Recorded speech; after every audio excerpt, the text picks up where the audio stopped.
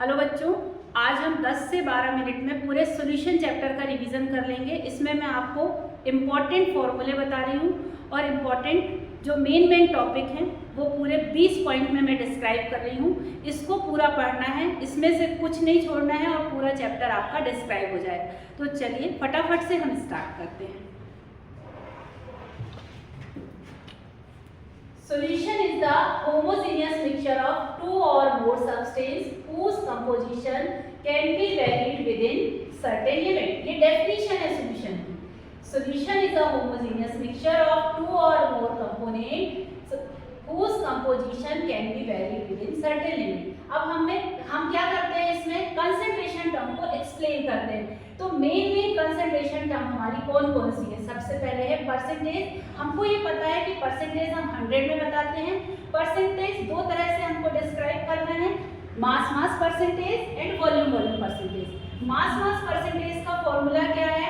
Mass of component upon mass of solution into 100। Mass of component upon mass of solution into 100, ये mass percentage का formula है। Volume percentage के लिए हम क्या करेंगे? Volume of component upon volume of solution into 100 इस फॉर्मूले का यूज करेंगे। आगे पार्ट्स पर मिलियन में चलते हैं। तो पार्ट्स पर मिलियन क्या है? जब हम 10 lakhs में 10 to the power 6 में माइन्यूट क्वांटिटी को एक्सप्लेन करते हैं तो हम इसको पार्ट्स पर मिलियन में बताएंगे। अब हम इसके लिए क्या फॉर्मूला यूज करते हैं? तो number of part of the component upon total number of part of the all component of the solution into 10 to the power 6। ये स्मॉल क्वांटिटी के लिए हम बताते हैं। नेक्स्ट जो है वो है हमारा mole fraction. Mole fraction is the one of the important topic. Mole fraction क्या है? Number of mole of one component and total number of mole of the all component present in the solution. The mole fraction, what is the formula of mole fraction? Mole fraction of solute equals to number of mole of solute upon total number of mole of solution, or number of mole of solute plus number of mole of solution. So this is the very important formula of mole fraction. Now यदि हमको किसी solution का mole fraction बताना है तो हम क्या कर सकते हैं? solution के mole fraction को सारे component के mole fraction का हम सम लेते हैं और हम इसको unity ले लेते हैं। अब हम आगे चलते हैं molarity। molarity is the one of the important topic। molarity क्या है? number of mole of solute present in a 1 liter of the solution। What is the formula of molarity? molarity का formula क्या है? mole of the solute upon volume of the solution in liter। Now normality क्या है? normality denoted by the n, number of gram equivalent of solute upon volume of solution in litre. ये normality का formula. हमको दोनों की unit भी पता होना चाहिए कि मोलैरिटी की यूनिट क्या है? मोलैरिटी की यूनिट है मोल पर लीटर। मोलैरिटी हमेशा वॉल्यूम वाइज होती है और जो मोलैरिटी है मोलैरिटी। अब हमको नेक्स्ट जो टर्मिनोलॉजी देखनी है वो देखनी है मोलैरिटी। तो मोलैरिटी क्या होती है? Molarity number of mole of solute present in per kilogram of the solvent. Molarity का फॉर्मूला क्या है बच्चों? Number of mole of solute upon mass of solvent in KG. हमेशा मोलैरिटी जो है मास वाइज बताते हैं, मोलैरिटी वॉल्यूम वाइज बताते हैं। तो हमें मोलैरिटी और मोलैरिटी में हमको डिफरेंस पता होना चाहिए, मोलैरिटी की यूनिट पता होना चाहिए। मोलैरिटी की यूनिट क्या होती है? मोल पर केजी। जबकि मोलैरिटी की यूनिट क्या होती है? मोलैरिटी की यूनिट होती है यहाँ पर मोलैरिटी की यूनिट क्या है? मोल पर लीटर। तो ज्यादातर डिफरेंस भी आता है तो हमको ये भी बताना है यूनिट और ये भी बताना है कि मोलैरिटी जो है टेम्परेचर से अफेक्ट होती है, मोलैरिटी टेम्परेचर से अफेक्ट नहीं होती, क्योंकि मोलैरिटी क्या होती है? मास वाइज होती है। तो सबसे ज्यादा इंपॉर्टेंट पॉइंट क्या है? Molarity and mole fraction. Now हम चलते हैं Henry law. Again one of the important topic Henry law क्या है? Partial pressure of the gas is proportional to the mole fraction of the gas in the solution. Partial pressure of the gas is proportional to the mole fraction of the solution. इसको mathematically कैसे explain करेंगे? Partial pressure is directly proportional to mole fraction. आप इसको x भी बोल सकते हो, आप इसको जीटा भी बोल सकते हो. यदि इजी पड़ता है x तो x से डिनोट करते हैं. तो p पार्शियल प्रेशर है, यहाँ पर प्रोपोर्शनल रिमूव करेंगे तो हम एक हेनरी कांस्टेंट रखेंगे जो कि आपका क्या है kh. kh यहाँ पर हेनरी कांस्टेंट है. अब हम आगे चलते हैं. यहाँ पर मेन पॉइंट क्या है कि आपको हेनरी लॉ के दो एप्लीकेशन पता होने चाहिए. तो हेनरी लॉ का एक एप्लीकेशन तो ये है कार्बोनेटेड बेवरेज में यूज करते हैं, और दूसरा mixture of gases of helium nitrogen oxygen जो है स्क्यूबा डाइवर्स यूज करते हैं. ना अब हम आते हैं यहाँ पर वेपर प्रेशर में. वेपर प्रेशर क्या है? Pressure exerted. वेपर प्रेशर क्या है? Pressure exerted by the vapour above the surface of liquid. Pressure exerted by the vapor above the surface of the liquid at the equilibrium condition. What is this? Equilibrium condition is known as vapor pressure. Okay, Raoult's law किस पे based है? Partial vapour pressure पे based है. तो Raoult's law one of the important topic, very important topic, Raoult's law, Henry law. Raoult's law क्या है? At a given temperature for a solution of volatile liquid, the partial pressure of each component of the solution is directly proportional to the mole fraction present in the solution. Mole fraction present in the solution. Raoult's law क्या है? फिर से मैं एक बार बता दे रही हूँ. Raoult's law very important है. तो पार्शियल वेपर प्रेशर किसके डायरेक्टली प्रोपोर्शनल होता है? Mole fraction of the each component present in the solution. अब हम ये मान लें कि हमारे पास कंपोनेंट दो हैं. एक ए है, मान लो हम एक कंपोनेंट को 1 ले रहे हैं और दूसरे कंपोनेंट को हम 2 ले रहे हैं. तो वन कंपोनेंट का पार्शियल प्रेशर क्या होगा? यहाँ पर P1 होगा. P1 किसके डायरेक्टली प्रोपोर्शनल होगा? Mole fraction of one component के x1 के. जब हम इसको रिमूव करेंगे तो यहाँ पर एक कांस्टेंट रखेंगे जो कि क्या है? P01. तो P01 हमारा क्या है? P01 जो है vapour pressure of pure solvent. यदि हम P01 को लेते हैं तो यहाँ पर ये क्या है? It is a vapour pressure of partial pure solvent. किसके लिए ले रहे हैं? ये प्योर सॉल्वेंट के लिए हम यहाँ पर यूज कर रहे हैं. ओके, नाउ अब आगे बढ़ते हैं. तो दूसरा कंपोनेंट मान लो हमने फर्स्ट कंपोनेंट के लिए लिया P1 equals to P01 x2, तो x1 सॉरी. तो दूसरे कंपोनेंट के लिए क्या लेंगे? P2 इक्वल्स टू क्या हो जाएगा? P02 x2 या zeta2, आप जो भी बोलना चाहे, जो इजी लगता है. अब दोनों को एक डाल्टन्स लॉ जब अप्लाई होता है तो डाल्टन्स लॉ क्या होता है कि टोटल प्रेशर क्या होता है? सम ऑफ द पार्शियल प्रेशर. तो सम ऑफ पार्शियल प्रेशर क्या है? P1 है. तो P1 प्लस P2. P1 की वैल्यू क्या है? P01 x1 और P2 की वैल्यू क्या है? P02 x2. हमको ये पता है, अभी पीछे ही बताया है कि किसी भी सॉल्यूशन में मोल फ्रैक्शन का सम 1 होता है. तो 1 x1 plus x2 equals to क्या हो जाएगा? 1. यदि हम यहाँ पर क्या निकालना चाहें? x1, तो 1 माइनस क्या हो जाएगा? x2. अब हम यदि यही वैल्यू को इस इक्वेशन में पुट कर देते हैं x1 की जगह, इस वैल्यू को हमने कहाँ पुट कर दिया? इस इक्वेशन में पुट करते हैं तो हमको क्या मिलता है? P टोटल इक्वल्स टू क्या मिलेगा? P01 plus P02 minus P01 into x2. अब और आगे बढ़ते हैं. राउल्स लॉ जो ओबे करते हैं उस बेसिस पर सॉल्यूशन को दो क्लास में डिवाइड किया है. आइडियल सॉल्यूशन जो राउल्स लॉ को ओबे करेंगे और जो राउल्स लॉ को ओबे नहीं करते वो क्या होते हैं? Non ideal. तो राउल्स लॉ के बेसिस पर सॉल्यूशन को दो टाइप में डिवाइड किया है, आइडियल सॉल्यूशन और नॉन आइडियल सॉल्यूशन. अब आइडियल सॉल्यूशन जो राउल्स लॉ को ओबे करते हैं, मैंने अभी आपको बताया कि जो क्या करते हैं? ऑल कंसंट्रेशन में राउल्स लॉ को फॉलो करते हैं, ओबे करते हैं, वो आपके आइडियल होते हैं. और नॉन आइडियल सॉल्यूशन क्या होते हैं? जो राउल्स लॉ को डू नॉट ओबे, जो राउल्स लॉ को क्या करते हैं? ओबे नहीं करते, राउल्स लॉ को ओबे नहीं करते. तो अब जो नॉन आइडियल सॉल्यूशन है उनको 2 पार्ट में डिवाइड किया है. ये 2 पार्ट क्या है? First the solution which are show positive deviation from Raoult's law, जो क्या करते हैं? जो पॉजिटिव डेविएशन शो करते हैं. अब जो पॉजिटिव डेविएशन शो करते हैं उनका क्या होता है? उनका वेपर प्रेशर हाई होता है. जो पॉजिटिव डेविएशन शो करते हैं उनका वेपर प्रेशर हाई होता है, वेपर प्रेशर हाई होगा. और इसके अलावा बॉइलिंग पॉइंट क्या होता है? उनका बॉइलिंग पॉइंट क्या होगा? यहाँ पर बॉइलिंग पॉइंट क्या होता है?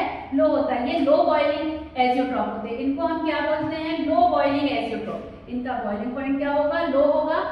इनमें क्या होगा? इनमें जो दो सब्सटेंस मिलाते हैं उनका इंटरेक्शन भी देखते हैं. तो interaction of A B interaction is less than interaction of AA and interaction of BB.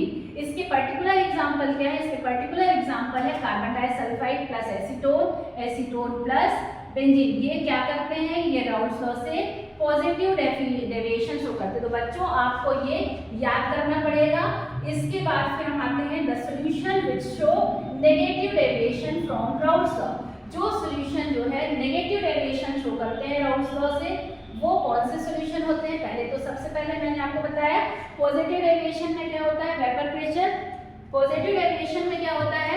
Positive deviation में वेपर प्रेशर जो है वो क्या होता है? हाई होता है, बॉइलिंग पॉइंट लो होता है। और यहाँ पर क्या होता है? वेपर प्रेशर हमारा क्या होता है? वेपर प्रेशर जो है वो लो होगा और बॉइलिंग पॉइंट क्या होगा?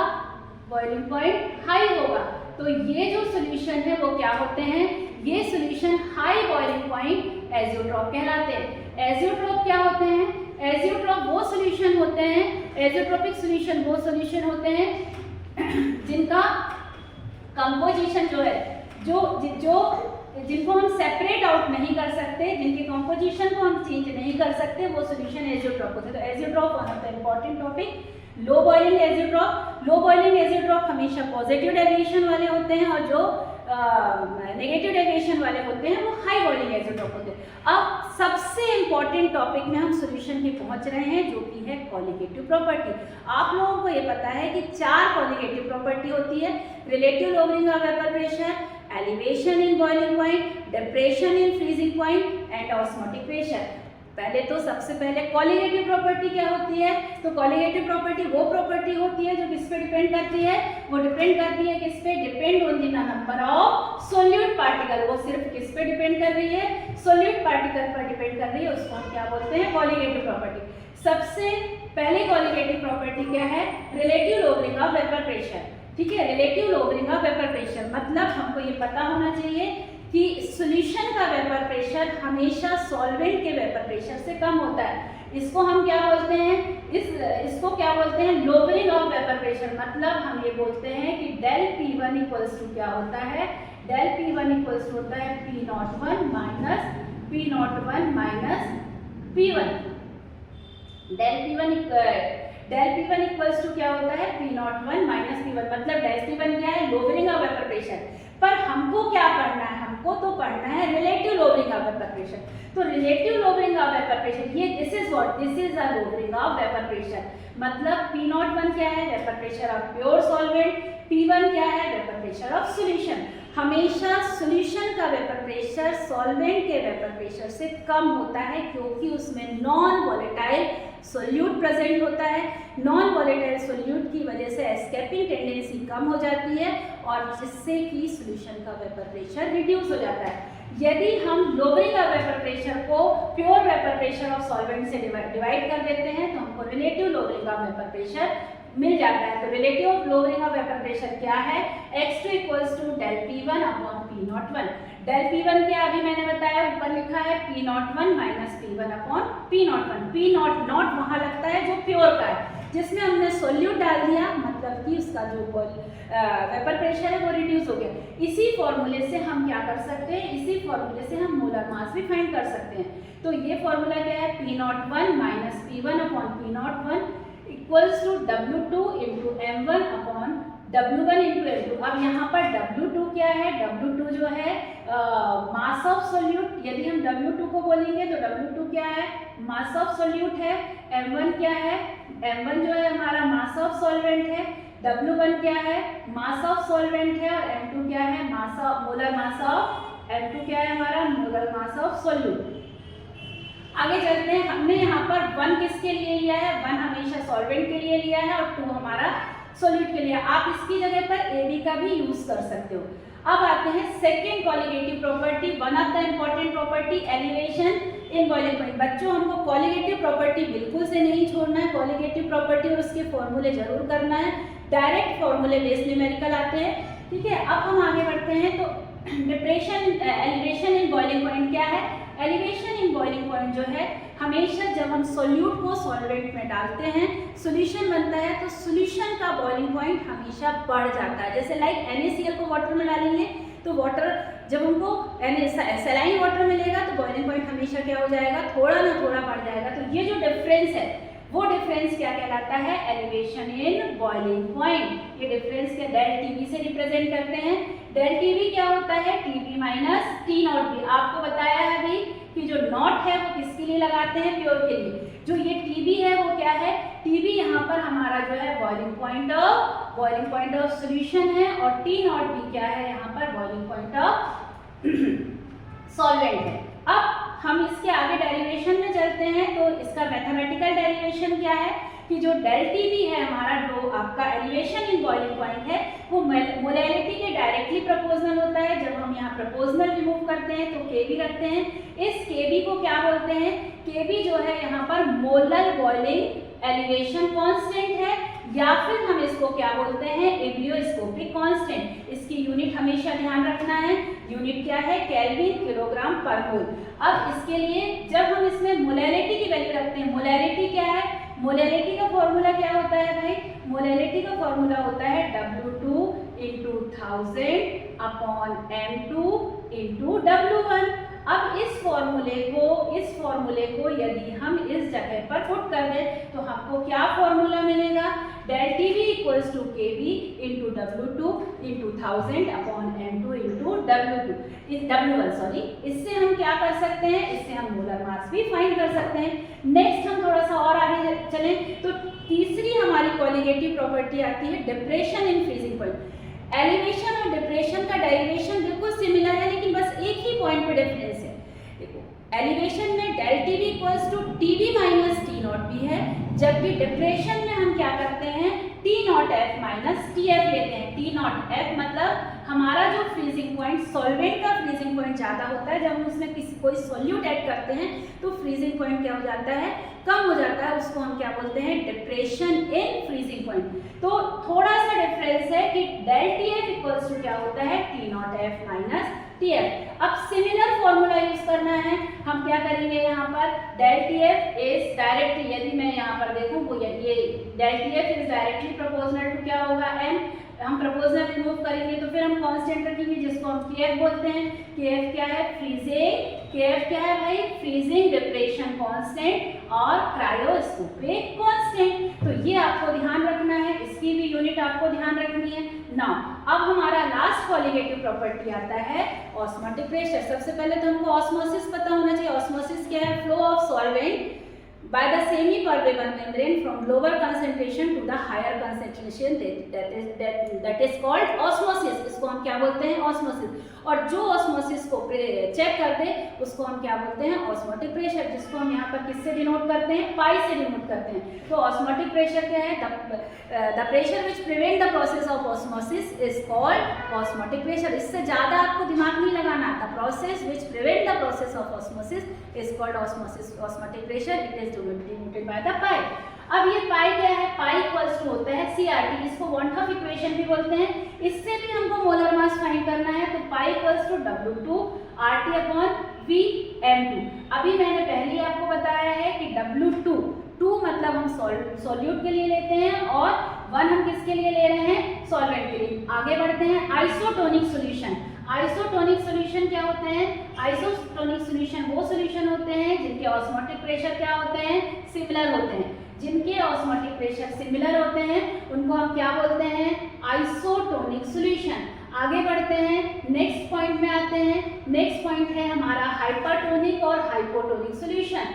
हाइपरटोनिक और हाइपोटोनिक का मतलब जिन कंपेयर करते हैं जब हम दो सॉल्यूशन को, तो एक सॉल्यूशन का आपका ऑस्मोटिक प्रेशर यदि हायर है तो हम उसको बोलते हैं हाइपरटोनिक, और जिसका कम होता है, लोअर ऑस्मोटिक प्रेशर वाला होता है, तो हम उसको क्या बोलते हैं, हाइपोटोनिक। फिर से समझ लो, जिनका आपका हायर ऑस्मोटिक प्रेशर होता है उसको हम हाइपोटोनिक बोलते हैं, हाइपरटोनिक बोलते हैं, और जिसका कम होता है उसको हम क्या बोलते हैं, हाइपोटोनिक।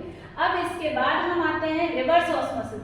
ऑस्मोसिस क्या है, flow of solvent from the lower concentration. Solvent का फ्लो, जैसे वाटर का फ्लो हम बोल रहे हैं, सॉल्वेंट का फ्लो लोअर से हायर कंसेंट्रेशन की तरफ है। तो रिवर्स ऑस्मोसिस क्या होगा, जिसमें हम हायर कंसेंट्रेशन से लोअर कंसेंट्रेशन की तरफ यदि हम सॉल्वेंट का फ्लो कर दें तो हम उस प्रोसेस को क्या बोलते हैं, रिवर्स ऑस्मोसिस। तो reverse osmosis is again one of the important topic. Solvent देखो आपको क्या दिया है, solvent flow from the solution side toward the pure solvent side if external pressure is higher than the osmotic pressure applied on the solution side is reverse osmosis. इसका example क्या है? Desalination of C water, समुद्र में से नमक को निकालते हैं, इसी प्रोसेस के थ्रू निकालते हैं। तो हम इसमें किसकी तरफ प्रेशर अप्लाई करेंगे? सॉल्यूशन की तरफ प्रेशर अप्लाई करेंगे। तो सॉल्यूशन से सॉल्वेंट के मॉलिक्यूल किस तरफ चले जाएंगे? सॉल्वेंट की तरफ चले जाएंगे। इसको बोलते हैं reverse osmosis. Again one of the reverse osmosis is one of the important topic. Now इसके बाद आता है एबनॉर्मल मोलर मास। एबनॉर्मल मोलर मास क्या होता है? जो हम कैलकुलेशन करते हैं उस कैलकुलेशन में जो मोलर मास आता है वो जरूरी नहीं है कि एग्जैक्ट है, तो इसमें हम कुछ कैलकुलेशन कुछ ऐसे फैक्टर ऐड कर देते हैं जिससे कि हमको जो हमारे मोलर मास है वो थोड़े से चेंज, क्योंकि इसमें यहाँ क्या होता है? डिसोसिएशन और एसोसिएशन होता है, क्योंकि सारे जो मॉलिक्यूल है वो एक से नहीं होते। जैसे NaCl है वो 2 पार्ट में डिसोसिएट होता है, Na+Cl- में, या कुछ मॉलिक्यूल ऐसे होते हैं जो एसोसिएट हो जाते हैं, तो उनके जो मोलर मास है वो एबनॉर्मल हो जाते हैं। मतलब जो जैसे कि एसिटिक एसिड है, मान लो वो डाइमर बना लेगा तो 120 हो जाएगा, NaCl है तो उसका मोलर मास उसका हाफ हो जाएगा। तो इनके लिए हम क्या करते हैं? एक फैक्टर लेकर आते हैं जिसको हम बोलते हैं von-half factor. It is one of the important topic, von-half factor. ये अगेन वेरी इंपॉर्टेंट है। वॉन-हाफ फैक्टर क्या है? Observe colligative. वॉन-हाफ फैक्टर क्या होता है? वॉन-हाफ फैक्टर होता है observe colligative property upon calculated colligative property. या फिर हम इसको दूसरे रिस्पेक्ट में बता सकते हैं, normal molar mass I equals to normal molar mass upon abnormal molar mass. इसको ऐसे देख सकते हैं कि यदि मान लो एसिटिक एसिड है, एसिटिक एसिड होता है CH3COH, इसका मोलर मास होता है 60। यदि ये डाइमर बना लेगा तो इसका मोलर मास हो जाएगा 120। तो यहाँ पर हम क्या करेंगे? 60 डिवाइडेड बाय 120 कर देंगे तो हमारे को I की वैल्यू क्या मिल जाएगी? 0.5 मिल जाएगी। तो टोटल I किस पर डिपेंड करता है? एसोसिएशन और डिसोसिएशन पर। तो इसके लिए हम क्या करते हैं? अपने जो कॉलिगेटिव फॉर्मूले हैं प्रॉपर्टी के, उनमें कुछ चेंजेस लाते हैं और वॉन-हाफ फैक्टर को ऐड कर देते हैं, जिससे वो हमको मतलब जो भी फॉर्मूले है, जैसे del T B equals to हमने लिखा था KBM, तो हम क्या करेंगे? आई फैक्टर ऐड कर देंगे तो क्या हो जाएगा? आई KBM बन जाएगा। फिर del T F equals to i factor जोड़ेंगे तो क्या हो जाएगा? आई KFM हो जाएगा। TB पाई इक्वल्स टू क्या हो जाएगा? ICI2 हो जाएगा। ऐसे ही हमारा जो क्या बोलना चाहिए, relative lowering of vapour pressure होगा तो वो भी क्या हो जाएगा? P01 minus P1 upon P0 I mole fraction of solute. या हम x2 भी लिख सकते हैं इसको यहाँ पर, क्योंकि हमने सॉलिड को x2 लिया। अब डिग्री ऑफ एसोसिएशन और डिसोसिएशन को हम किससे मेजर करते हैं? अल्फा से। तो अल्फा क्या होता है? Degree of dissociation. इसके लिए क्या फॉर्मूला यूज करते हैं? और आई क्या है हमारे पास? Von-half factor. तो आई अल्फा इक्वल्स टू, यहाँ पर क्या होगा? अल्फा क्या है? Degree of dissociation, I-1 upon N-1। N क्या है यहाँ पर? नंबर ऑफ पार्टिकल, जितने भी पार्टिकल पर मॉलिक्यूल होंगे, जैसे NaCl में जितने होंगे, या फिर हमने जो भी लिया है KCl लिया है या CaCl लिया है, जिसके लिए भी लिया है उसके लिए हमको नंबर ऑफ पार्टिकल देखने होंगे। आगे degree of association. Degree of association के लिए क्या फॉर्मूला है? तो यहाँ पर I-1 upon 1 minus N-1। I equals to 1 क्या है? यहाँ पर I ग्रेटर देन 1 और लेस देन। हमेशा जो आपका डिसोसिएशन है, डिसोसिएशन के लिए हमेशा ये ध्यान भी रखना है और याद भी रखना है। डिसोसिएशन के लिए I हमेशा लेस देन 1 होगा और एसोसिएशन के लिए I हमेशा 1 होगा, ग्रेटर देन 1 होगा। और नॉर्मल इलेक्ट्रोलाइट के लिए I 1 होगा। फिर से आप समझ लें, कोई भी नॉर्मल जो डिसोसिएट और एसोसिएट नहीं होता उसके लिए I हमेशा 1 होता है। यदि डिसोसिएशन होता है तो I इज ग्रेटर देन 1 होता है, यदि एसोसिएशन होता है तो I लेस देन 1 होता है। ठीक है। और इस मेनली क्या होता है कि कुछ मॉलिक्यूल जो है उनमें भी प्रॉपर्टीज में चेंज होता है। जैसे मैंने अभी आपको बताया कि बेंजोइक एसिड किस फॉर्म में होता है? डाइमराइज हो जाता है। एसिटिक एसिड भी क्या होता है? डाइमराइज हो जाता है। कुछ मॉलिक्यूल जो है हाइड्रोजन बॉन्डिंग के थ्रू डाइमराइज हो जाते हैं, जैसे acetic acid and benzoic acid. तो मुझे लगता है कि आप यदि इतने जो भी ये सारे फॉर्मूले मैंने आपको बताए हैं 1 बाय 1, यदि आप ये एक एक स्टेप 20 पॉइंट हैं आपके पास, इन 20 पॉइंट को अच्छे से आप डिस्क्राइब कर लो, अच्छे से लर्न कर लो, तो आपका पूरा सॉल्यूशन चैप्टर तैयार हो जाएगा। Please like and subscribe.